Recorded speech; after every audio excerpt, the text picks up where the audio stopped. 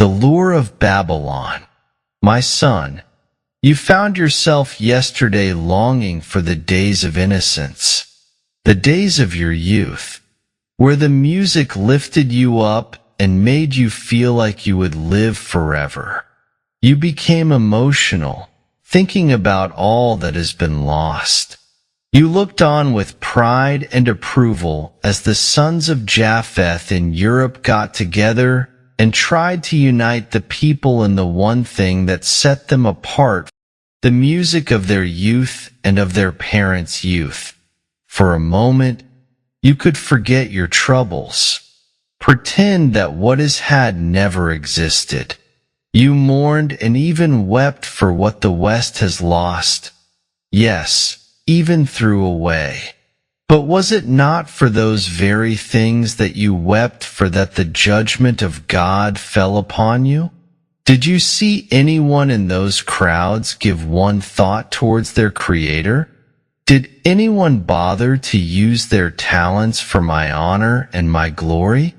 No, they simply wanted to escape into their past, to forget the imminent destruction that has come upon them, even if to escape just for the one night.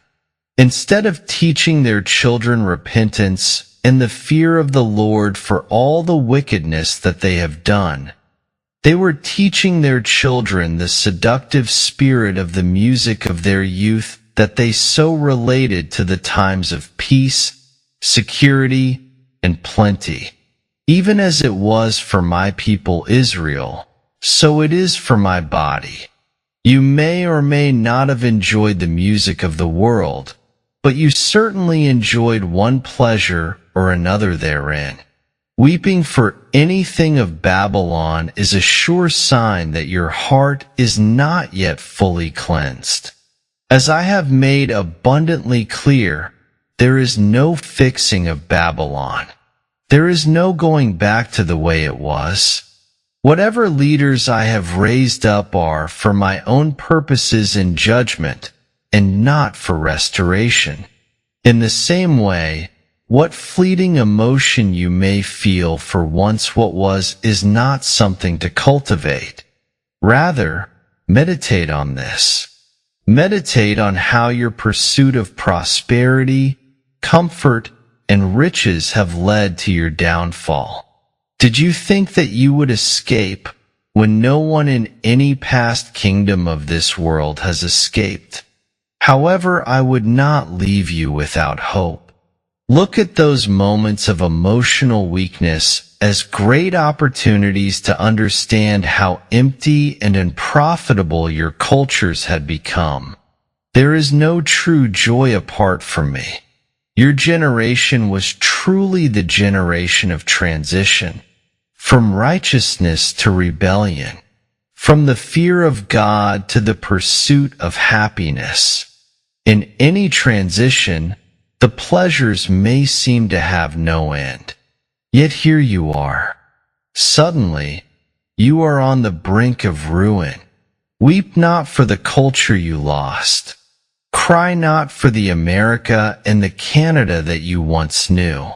The seeds of your own demise had already been firmly planted in what you once considered harmless pleasures. Rather, weep for your hearts that are still susceptible to the temptations of Egypt. Weep for the hard hearts and the weakness of the flesh in my body. Weep for the lack of true repentance in the church. It is written that the gates of hell shall not prevail against my church. This only occurs if my people learn the lessons in my judgments. Have you not seen enough? Do you not yet realize how utterly defeated you are in the natural? When will my body stop hoping in man, stop clinging to false doctrine, and stop longing for a sinful past? My body in the West does not yet understand.